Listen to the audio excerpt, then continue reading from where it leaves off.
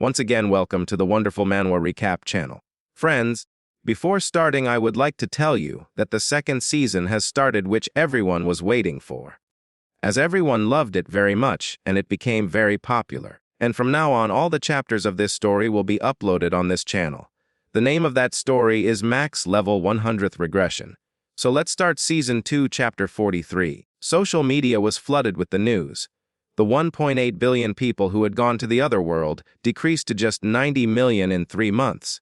The economy was in danger due to the deaths of the young generation, and schools were closing all over the country. In a corner of the city, a fat man was reading the news on his phone. He had an axe in his hand and his clothes were stained with blood. He was angry because the 4th round had just ended and many players had already died.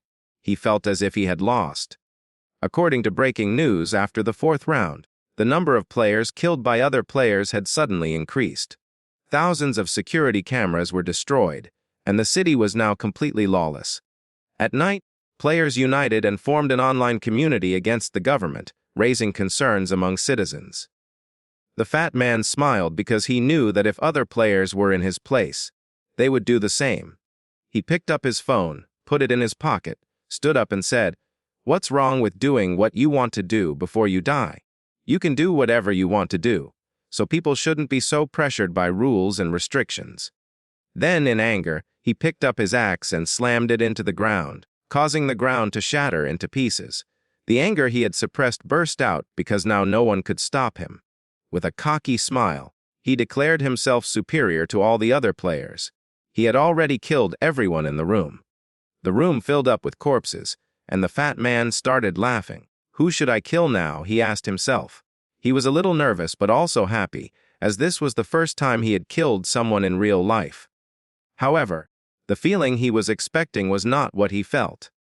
Maybe it was because he had already experienced all this in the 4th round, he thought. But he was angry because killing ordinary people only gave him 1 stack, while the players he hunted in the 4th round were more skilled, he reasoned. Then he smiled again because he had acquired a new skill called absorption. Each time he killed enemies, his bar filled up, and once it was full, he got a random stat boost. The points he gained were proportional to the level of the enemy he killed. The fat man opened the door to the room. He was restless and wanted to kill players because they would give him more stacks. Curiously, he took out his mobile phone and remembered that they had mentioned a forum for players. Suddenly, a sinister smile came on his face when he got the idea to join the forum and kill players there.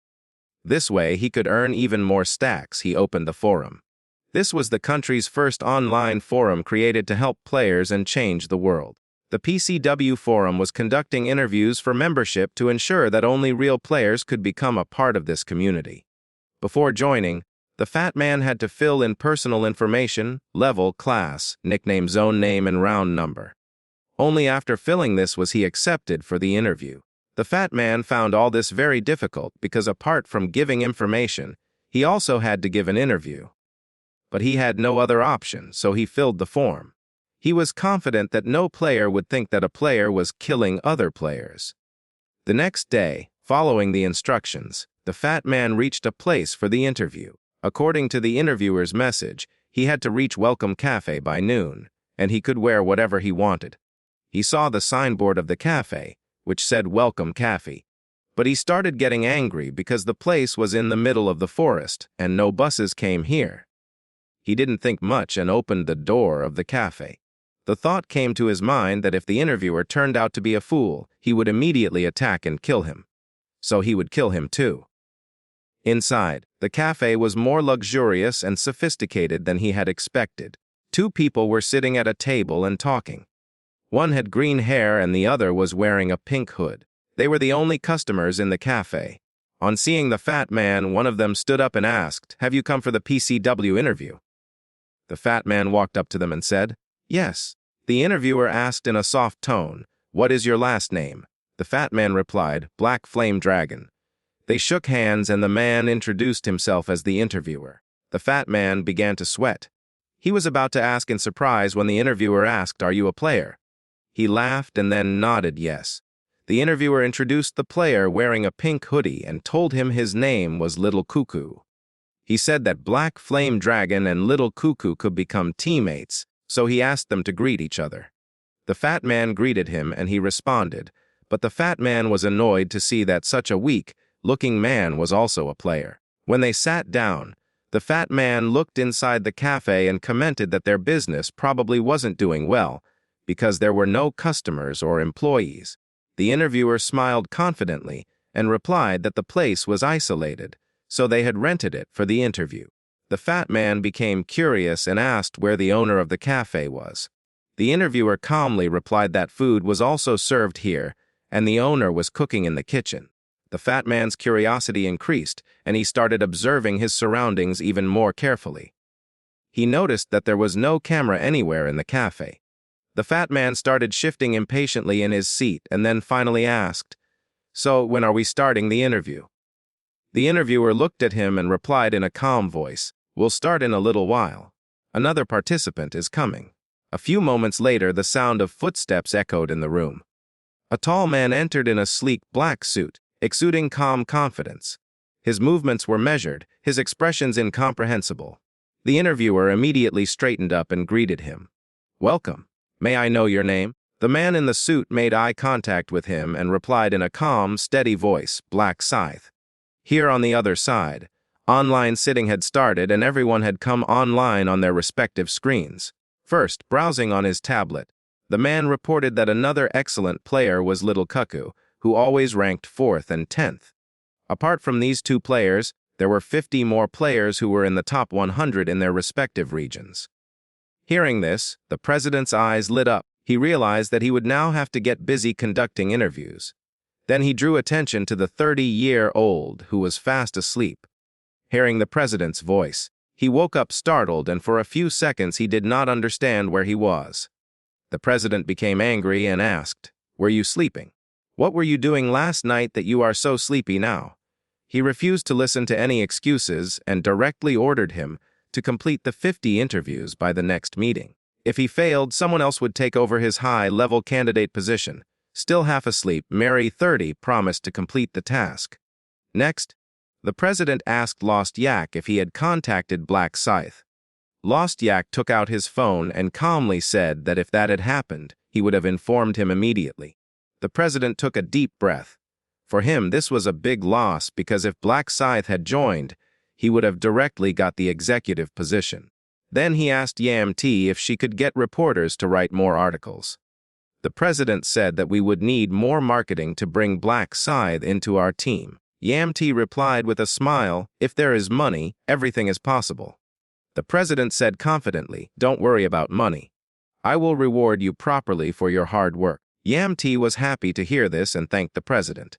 Just then, Lost Yak's eyes widened in surprise. He immediately said, "Wait, Mr. Chairman. A new user has just sent a request to join the forum." The chairman became curious and asked who. Lost Yak stuttered and said, "Black Scythe." The whole hall went quiet. Coming back to the present, the interviewer greeted Black Scythe with an excited smile and asked, "Did you have any trouble getting here?" Black Scythe nodded and said, "Yes." The interviewer scratched his head nervously and apologized, explaining that this was the most private place they could find. Then he motioned for the others to sit down. The interviewer noticed that Black Scythe was very handsome and thought he would be quite popular with the girls. He pulled out a chair for Black Scythe, and as he sat down, the interviewer explained that they were also here for the same interview as Black Scythe. The fat man was clenching his teeth and fuming with anger. Just then, Little Cuckoo greeted everyone with a cough. Black Scythe appeared a little upset, yet a slight glint in his eyes and a slight smile on his lips revealed his amusement. Ryu Min introduced himself as Little Cuckoo. The fat man standing nearby flinched, his face uneasy. Fear gripped him after all. Black Scythe was the same player who had beaten him 5 times before. His fists tightened involuntarily, a wave of frustration boiling within him. He wanted to demand answers. Have they ever met each other in real life? What had he done to earn Black Scythe's hatred? Still, the words were stuck in his throat. The interviewer, oblivious to the fat man's inner turmoil, continued to look at him with expectant eyes. "Is something wrong?" he asked. "Won't you introduce yourself like the others?" Lowering his head slightly, the fat man finally muttered, "Black Flame Dragon." At that very moment, Black Scythe gave him a sharp, irritated look. The fat man's heart sank. Did Black Scythe really not recognize him? He was sure that telling him his username would instantly refresh the other's memory. But the realization hit him hard. Despite being killed by him so many times, he had never been important enough to be remembered. Meanwhile, Ryu Min quietly sipped his milkshake, though his thoughts were deep. He wasn't sure why Black Scythe was doing all this, but he knew one thing for sure, because this so-called Black Scythe was not who he claimed to be. His real username was Ki Rubingbang, a notorious conman who made his way into the game by amassing wealth through deception and fraud. He wasn't a famous person yet, but over time he rose to infamy upon obtaining the cloning rune, a skill he would later abuse to commit countless crimes. Ryu's eyes glared at the man. The harsh reality was that even criminals had gained power in this new world.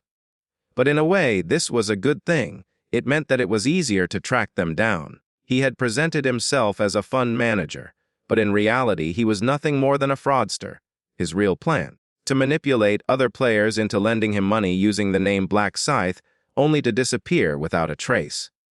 The interviewer then placed a tablet on the table, scanning the information collected. Once they were identified, confirming, he leaned forward slightly. "Okay," he said, "let's start the interview." Turning his attention to Ryu Min, he asked, "Why do you want to join PCW?" Pretending to be nervous, Ryu replied, "The world isn't safe anymore. I don't feel comfortable going out alone, so I thought it would be best to stay with other players for safety." Satisfied, the interviewer nodded before turning his attention to the fat man. "And you?" The fat man hesitated for a moment. He couldn't admit that he came here with the intention of killing other players. Clenching his fists, he strained to answer. "I have the same reason as Ryu," he said, choosing his words carefully. "I can't even go to school anymore, and with the next round approaching, I thought this would be the safest option." Next, the interviewer turned to Blackie. "And you?" Kim In-ho said, leaning back in an arrogant pose. "I saw a post on a forum and got curious." "That's it," he said dismissively. The interviewer showed a nervous smile. Meanwhile, Ryu immediately saw through the act. Whatever Blackie's site said was meaningless. He was already involved in it. Then, the interviewer's demeanor changed. He clasped his hands together. A wicked smile spread across his face as he revealed the true purpose of this meeting. "There is one final condition," he said, amusement laced in his voice. "To pass this interview, you have to kill someone." Ryu widened his eyes, pretending to be shocked. The interviewer, who was caught in the act, took the opportunity to explain further. "The government has already started cracking down on players. They are afraid of us, which is why they have turned their backs on us. But soon we will be in control." His voice became even stern, full of conviction. "We are no longer bound by laws. It is time for us to show them who really rules this world." Ryu kept playing, acting as if he was scared. The interviewer looked at him carefully and said, "If no one here is willing to do so, then you are free to leave. But understand this: if you leave now, don't expect any help from us in the future." Ryu wiped the milkshake cream from his lips, his mind contemplating the situation. It was clear that anyone who refused would be blacklisted. This whole setup was designed to force them to commit murder, to trap them into this brutal organization. The fake Black Sickle and the fat man remained silent, lost in thought. Seeing their lack of resistance, the interviewer smiled. "But there is no one to kill here," the fat man finally pointed out. The smile took on a much more sinister form. "Oh, don't worry," said the interviewer. "I have already made the necessary arrangements." Outside, the rain was pouring down hard, drumming on the windows like a rhythmic warning. The interviewer got up from his seat, signaling the others to do the same. The cafe owner noticed their actions and spoke. "It's still raining. You rented the place. You can stay here longer." The interviewer only offered a polite smile. "We appreciate it, but we're in a bit of a rush." Then, as if suddenly remembering something, he turned back. "By the way, where's the toilet?" The woman pointed to the far end of the cafe in the corner. And with that, the real game began. The interviewer pulled his car keys out of his pocket, his fingers tapping idly on the metal before turning to the cafe owner. "Can you do me a favor?" he asked, his voice sweet and easygoing. The woman, unaware of the hidden intention behind his request, offered a polite smile. "Of course. What do you need?" "I'm in a bit of a rush. Can you get my car from the parking lot?" Without thinking, the woman nodded. "Don't worry, I'll take care of it," he reassured her before grabbing a red umbrella and heading out. Heavy rain was falling on the pavement as she walked towards the parked car, water splashing beneath her feet. She closed the umbrella and reached for the door handle. But just as she opened it, several hands reached out from the darkness behind her. A sigh had barely escaped her lips when a powerful grip seized her throat. She struggled, her fingers clawing at the invisible attacker's arm, but her efforts were futile. In a matter of moments, her body went limp. The one who had planned this attack was none other than the interviewer himself. When he saw her faint in his grasp, a cruel smile formed on his lips. His plan worked flawlessly. Inside the cafe, both Ryu and the fat man were stunned by what they had just witnessed. Ryu's voice broke the silence. "What are you doing?" His tone was calm, but his sharp gaze revealed his boiling anger. The fat man, who was visibly shaking, took a step back. Why did you do that?" Without acknowledging their questions, the interviewer effortlessly picked up the woman's unconscious body and turned to them. "Stop standing around. Get in the car." There was a clear authority in his voice, as if their compliance was expected. Raindrops slid down his limp fingers as he placed the woman in the back seat. The fat man hesitated, shifting uncomfortably, but eventually got into the vehicle behind Ryu. As the car drove through the rain-soaked streets, silence hung in the air, filled with latent tension. The only sound was the rhythmic drumming of raindrops on the windshield. Destination: a desolate, abandoned building on the outskirts of town. Upon arrival, the interviewer came out first, hoisting the woman onto his shoulder like she was nothing more than a sack of grain. As he led them into the dimly lit building, the others followed, their footsteps echoing on the broken concrete floor. He placed the woman on the ground unceremoniously and stood upright, his face cold. "Now," he said, his voice sharp as a blade, "who's going to kill her?" His eyes fell on the fake black scythe, a sinister smile spreading across his face. "How are you?" The fake black scythe barely hesitated before nodding. "Okay?" But before he could continue, another voice cut through the tension. "Wait!" All eyes turned to Ryu, who had been silent until now. The interviewer's eyebrows rose in curiosity. "What is this?" Ryu slowly took a step forward, his gaze uncomprehending. Then, in a calm voice, he asked, "Can I have this?" The interviewer's face lit up with curiosity. He hadn't expected that. "Oh." He turned to the fake black scythe. "Are you willing to give up your turn?" The fake black scythe merely shrugged. "Do whatever you want." As Ryu walked past him, Kim gave a smug smile. "Good job," he sneered. "You're doing me a favor." Ryu turned his cold gaze on him and replied in an emotionless tone, "Thank you. I'll make good use of the cloning rune." The smile on Kim's face faltered. A look of confusion crossed his face, but before he could react, Ryu's hand reached out and gripped his throat with unflinching force.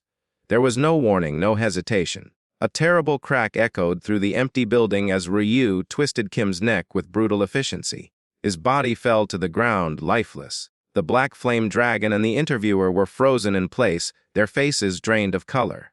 The interviewer stumbled back, his voice trembling. You killed him." His eyes darted between Kim's corpse and Ryu, a look of disbelief filling his face. "Do you even realize what you've done?" He was the Black Scythe, a legend. His voice wavered with shock and fear. "Have you lost your mind?" Ryu slowly raised his head, his expression as cold as the grave. His sharp gaze met the interviewer's trembling form. "You talk too much," he said in a flat tone. The interviewer felt his heart pound against his ribs. Those eyes, his breath hitched with a horrifying feeling. It wasn't just the look of a killer, it was the look of a predator. It was as if some apex beast had marked him as prey. He instinctively stepped backwards, but Ryu was no longer looking at him. Instead, his attention was on something invisible, until suddenly, a transparent system notification popped into existence before his eyes. "You have killed another player while impersonating them. Activation conditions met. You have obtained a hidden rune, the Doppelganger rune. This rune will automatically attach itself to your body." A small, satisfied smile played on Ryu's lips. He had obtained the Doppelganger rune. And what about the man who was to be infamous in the future? Ryu didn't care about that in the slightest. Ryu's eyes fell on the lifeless body lying on the ground, his expression indecipherable. His decision to impersonate Little Cuckoo proved far more beneficial than he had expected. The interviewer, now seething with anger, turned toward him, his voice shaking with rage. "Little Cuckoo, Tell me about yourself. Why did you kill Black Scythe? Ryu, unperturbed by the explosion, reached into his coat and pulled out a white mask. In slow, deliberate movements, he secured it over his face. A strange gleam flashed in his eyes. He replied in a cold tone, "Kim is a fool who dared to steal my identity." The interviewer stiffened. His breath hitched as confusion filled his mind. His thoughts were racing. He was trying to decipher Ryu's mysterious words, but nothing made sense. Meanwhile, Ryu's attention had already shifted. His gaze fell on the unconscious cafe owner lying motionless on the cold floor. The interviewer's anger flared even more. He clenched his teeth, pointing at the woman, his face contorted with despair. "If you were so desperate to kill someone, you should have killed him. Not the Black Scythe," he roared. Unperturbed by her anger, Ryu walked silently toward the woman. He sat down next to her, reaching out to pick up something thrown on the ground, a folded garbage bag. With a detached expression, he slowly opened it, his voice devoid of emotion as he muttered, "The fake Black Scythe is as worthless as you are."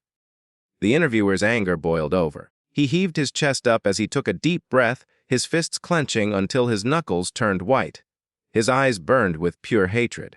"Say that again," he growled, his voice laced with venom. Ryu didn't respond. He simply stood to his feet, his movements steady and calculated.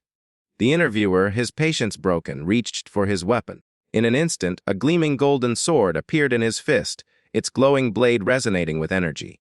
Still, Ryu remained unperturbed. Without worry, he extended his hand.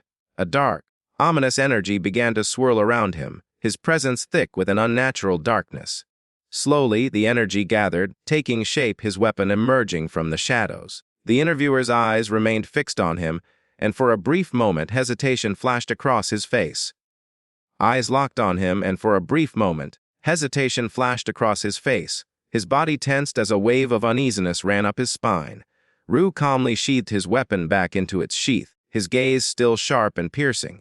Then, in a voice as cold as the void, he repeated, "Both the interviewer and Kim were useless."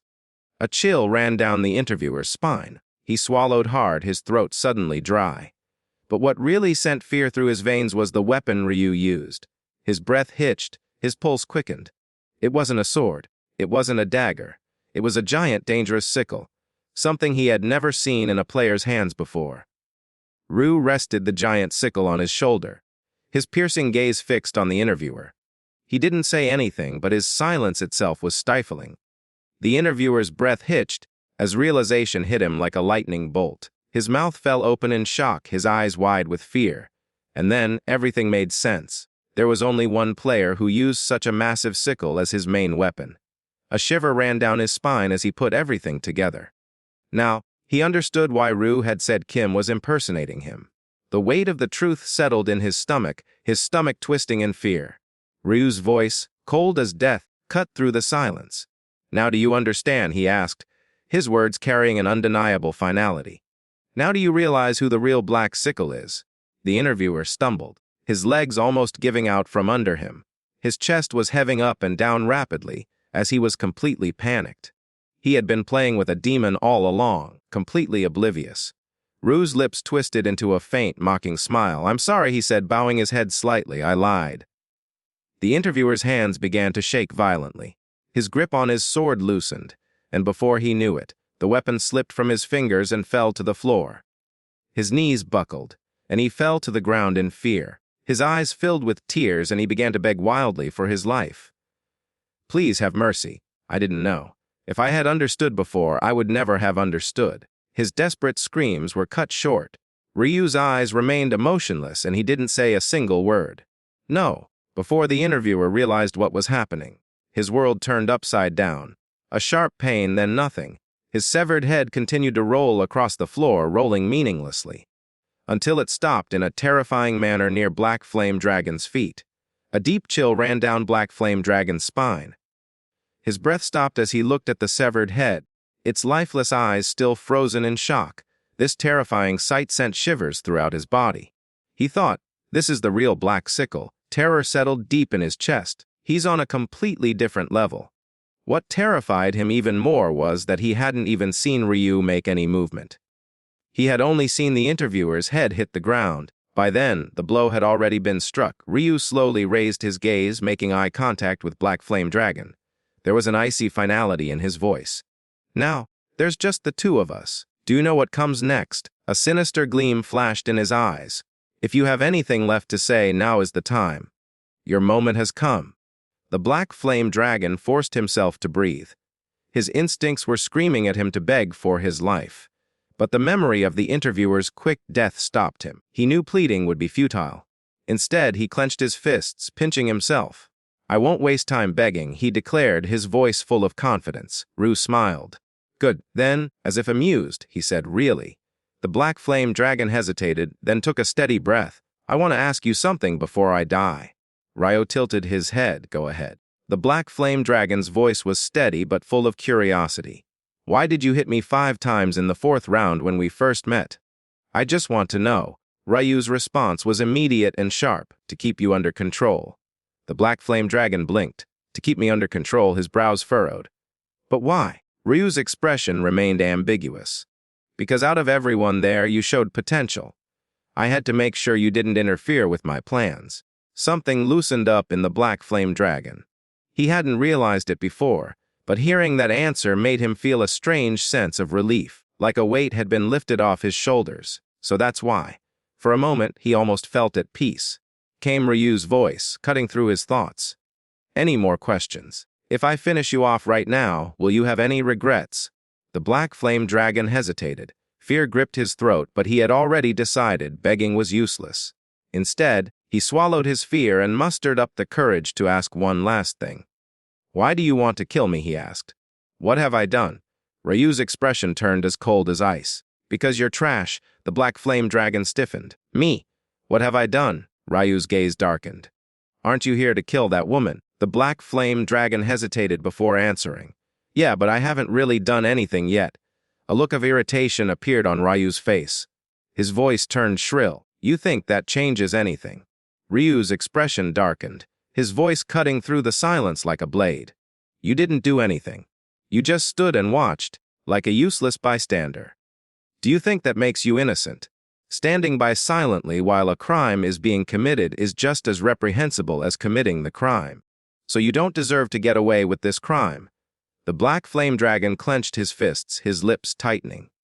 He wanted to argue, but he couldn't find the words. His silence only confirmed his guilt. Ryu exhaled sharply and spoke again a moment later. Okay, I'll give you a chance. Unlike the others, you're not completely beyond redemption. Your greatest crime is your inaction. So tell me, do you understand what this means? The Black Flame Dragon hesitated before nodding.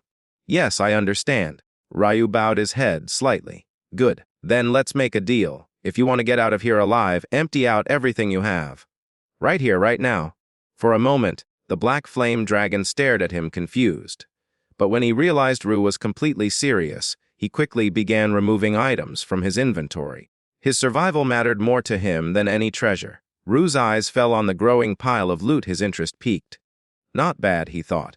Orange marble stones, yellow marble stones, and even some sellable equipment. Not as valuable as black gold ore, but still a decent haul. That's it, the Black Flame Dragon said quickly, feeling the weight of the situation. Even the equipment I had, I swear I have nothing left. Ryu looked at the pile and smiled. If I sell all of this, I can easily get 2,000 gold, more than I expected from him. Still, instead of taking everything, he casually picked up a few marble stones and some equipment, and stored them in his inventory. The Black Flame Dragon blinked in confusion. That's it, you're not taking any more. Ryu shrugged. No need. Keep the rest. It was a calculated move. The gear he had snatched from the corpses around them wasn't worth looting. It wouldn't sell, and Ryu had already decided he wouldn't waste time on unimportant pieces. He had already killed them without hesitation, because he knew they didn't have anything valuable. Realizing what had just happened, Black Flame Dragon cautiously asked, So does this mean you're letting me go? You're keeping your word? Rao nodded slightly. Yes. A promise is a promise. Relief washed over Black Flame Dragon's face, and he took a deep breath. Thank you. Seriously, thank you. Ryu's tone remained cold as he said his last words. Leave differently from now on. Whether you clean up this mess or let it stay that way is your problem, not mine. Black Flame Dragon nodded seriously. I will. However, Ryu had already decided he would deal with that woman himself. The black flame dragon hesitated before speaking. I can help. But Ryu immediately stopped him, his voice as cold as ice. Forget it. How can I trust someone like you? Just go away. The black flame dragon bowed his head. Got it. As he turned and took his first steps to leave, a deep sense of relief filled his entire being. I'm alive, he thought, barely believing it. I was sure I would die today, but he actually let me go. Another thought came to his mind. Maybe the black scythe isn't as ruthless as the rumors say. I expected him to take everything from me, yet he only took a few stones and some gear, losing a few items I bought from the shop to save my life. That's a fair deal. Still, as he walked forward, an uneasy emptiness began to fill his chest. It slowly turned into anger. Was this really fair? Just because I stood back and did nothing, I had to suffer such humiliation. His hands clenched into fists, his frustration growing with each step. Then, almost unconsciously, his gaze shifted back to Ryu. From behind, the infamous black scythe didn't look as scary. He looked weak. Even though he's strong, he's a human just like me. If I attack him from behind, won't he die like anyone else? The thought took root in his mind, spreading like wildfire. The black flame dragon felt his grip on his axe tighten, his pulse quickening with anticipation. This is my chance. If I manage to kill him, imagine how much stronger I'll become. His level will be much higher. My stats will skyrocket. His heart was thumping as he moved forward, slowly, deliberately, closing the distance between them. Don't turn back, he whispered softly. Just stay steady. Then, with reckless determination, he raised his axe above his head. You bastard, he roared, striking with all his might. The weapon struck true, and Ryu's body fell lifelessly to the ground. For a moment, the black flame dragon froze in disbelief. Then, realization dawned, and an ecstatic smile spread across his face. He burst out laughing loudly, his voice echoing across the battlefield. I did it. I really did it, he yelled in joy. The legendary black scythe, taken down by a mere level 10 player. I have done this. I actually did it, he yelled happily. The large black sickle dropped by a mere 10th level player. You let your guard down, fool. How can you trust someone so easily? But his victory was short-lived. Something seemed off. His victorious smile faltered, as an uneasiness took over his mind. Why didn't I get any system notifications? He thought. Usually, as soon as he killed a player, the game would alert him of his stat increases. But now there was nothing. No messages, no stat boosts, nothing. Dread settled in his stomach. Slowly, he turned his head looking for any clues as to what had gone wrong. Then he heard a voice, which made his blood run cold. Why do you look so surprised? His body stiffened. Pushing hard, he turned towards the sound, only to see Ryu a few steps away. Standing far away, completely unharmed. A smile on his lips, a sharp gaze fixed on Black Flame Dragon. Sweat dripped down Black Flame Dragon's face. His throat was dry and he began to stutter. How? I killed you. His mind began to race. Does he have some sort of resurrection ability? Or am I losing my mind? Desperate for answers, he turned to look at the spot where Ryu's body should have been. But there was nothing there, no corpse, no blood, no sign that there had ever been a fight. It was as if his attack had never happened. Ryu's smile widened. The one you killed, he said calmly, was my clone. Black Flame Dragon's eyes widened in fear. A clone. Ryu nodded slightly. That's right.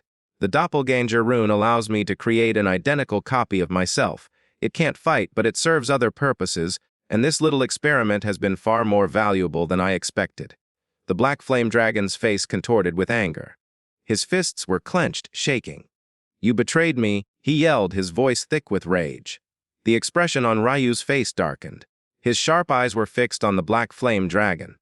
Betrayed you, he repeated, his voice laced with cold amusement. Are you really trying to be the victim here? Let me remind you, I was the one whose skull was nearly split open by the axe. Who's the real victim? The Black Flame Dragon spat, his frustration boiling over. The victim? You were the one who robbed me blindly. You bullied me and took everything from me. Ryu was silent for a moment, his icy gaze steady. Then, without warning, he raised his sickle. A sudden sense of fear washed over the Black Flame Dragon. Something felt wrong. His body stiffened, refusing to follow his commands. His breathing became shallow and panic filled his insides. What's happening? Why can't I move? Before this feeling could fully subside, a flash of sharp steel separated his head from his shoulders.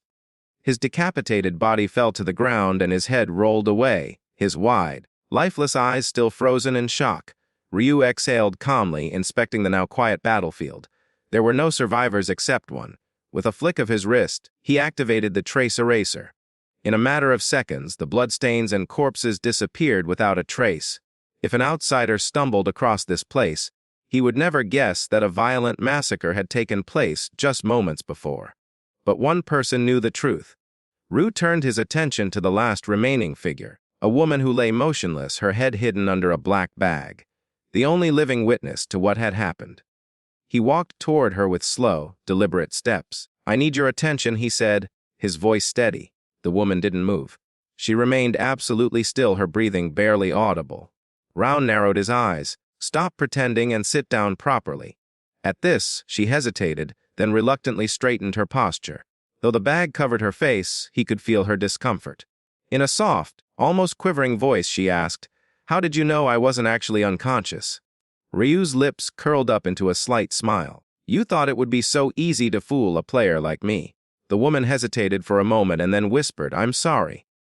Then, shifting uncomfortably, she asked, "This bag is really full. Can I take it off now?" Ryu's reply was immediate and firm. "No, keep it on until I leave." She nodded slightly. "Okay." Without wasting time, Ryu said, "How many customers have been here before? Do you remember their faces?" The woman thought for a moment before answering. They were 4. One of them was an old man, probably around 40 or 45. I talked to him so I remember him clearly. But the rest, their faces are blurry. Ryu watched her carefully, analyzing every word. She wasn't lying. Her uncertainty was genuine. She just needed to confirm if she saw his face. Satisfied, she gave a brief nod. "That's all I wanted to know." The woman swayed slightly, a hint of uneasiness in her voice. "So, does that mean I'm safe? It's over now?" Ryu's voice was steady but firm. "Yes, you can go home without worrying. It won't be easy. But try to forget what happened here today. And don't go to the authorities unless it's very urgent. It will only make things worse for you. There's always the possibility of retaliation." A shiver ran down her spine, but she nodded in understanding. "I won't say anything." Ryu turned slightly, ready to leave. "Good. Now, count to 60 before you remove the bag. Not a second too early." The woman swallowed nervously and began counting in a low voice. As she did so, the silence around her grew heavy. The only sound was the soft rustling of the wind on the bag covering her face. 58, 59, 60. With shaking hands, she shook the bag, her eyes darting around in search of the man who had spared her. But the place around her was eerily empty. The ruined shop remained, but there was no corpse, no blood, no sign that a violent fight had ever taken place. It was as if everything had vanished into thin air. Her breath caught. Was it all a dream? She looked around the place once more, desperate to find some clue to the mysterious man who had saved her, but there was nothing. Only an unsettling silence was left. Doubt clouded her mind, and she muttered once more, "Did this really happen?" The truth lost in the void of uncertainty would haunt her for a long time. Leaving the scene behind, Ryu returned home. As soon as he stepped inside, Ryu-won greeted him at the door. "Why are you wearing my hoodie?" One asked, eyeing him suspiciously. Ryu didn't bother to answer and simply walked past him. Without pausing, one followed him and asked another question. "Did you eat anything?" "No," Ryu replied coldly. Then at least order some food." "Okay," Ryu agreed. Without saying another word, he took off the hoodie and threw it in the trash. One, looking at it, frowned. "Why are you throwing it away?" "I'll buy you a new one," Ryu said plainly. He had no intention of making one wear something that could cost someone else their life. One didn't press the issue. Instead, with a dejected expression, he mumbled, "Schools are closed, and with all these players running wild outside, I can't even leave the house." Ryu could sense the desperation in his voice. To boost his morale, he casually asked, "How about a trip to Everland?" One's eyes lit up immediately. "Really? Can we go?" "Yeah, so let's go." One's excitement was palpable. The next day, the brothers arrived at Everland. It had been a while since their last visit, and Ryu was relieved to see one's genuine happiness. "This place is still running," Ryu said as he walked in. "Most places like this have closed, but Everland is still running." As they passed a shop, they saw a family walking out, each of them wearing a pair of furry rabbit ears.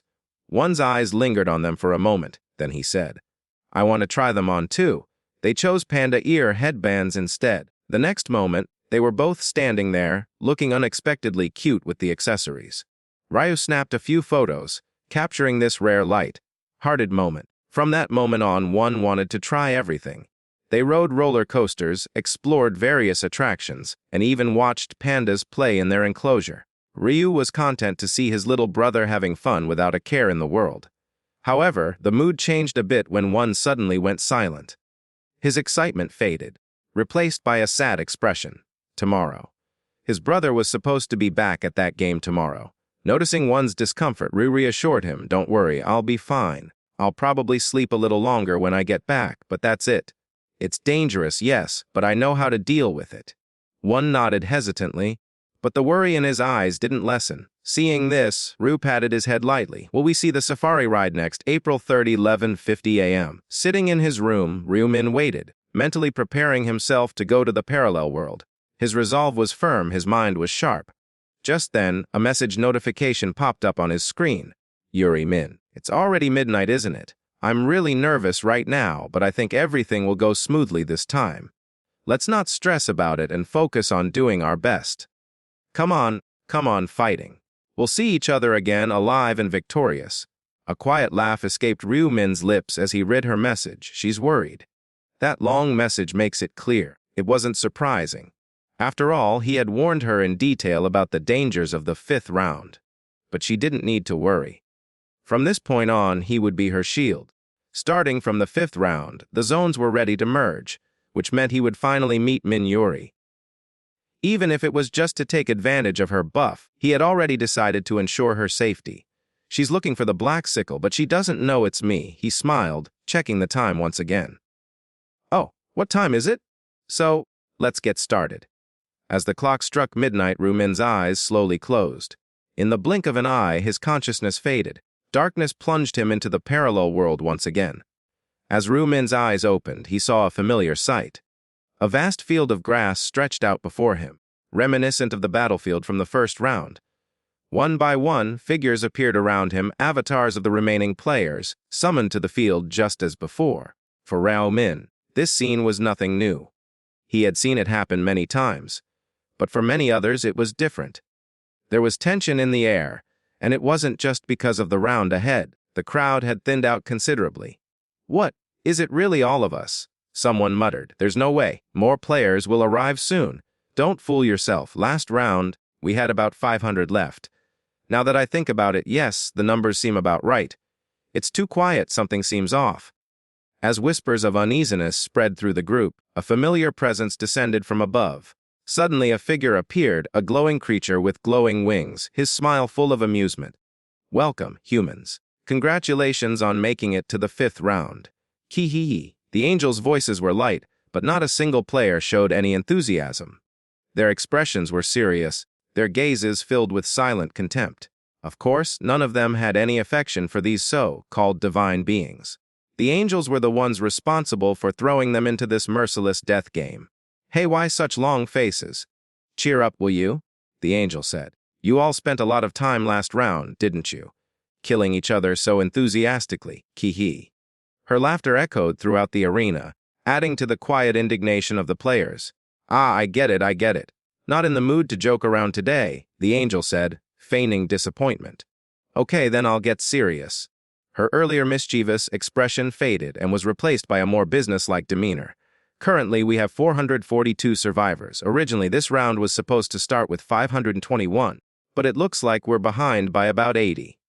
I think some of you have decided to settle your differences outside of the game as well." A wave of tension spread through the crowd. The numbers went down again. Why do they keep going down like this? The angel, unfazed by their reactions, continued. "Well, whatever happens in your world is none of my concern. However, there are only a little over 400 of you left, so things are going to start to get a little dull." A sinister smile formed on the angel's lips. "So, I took the liberty of making something special.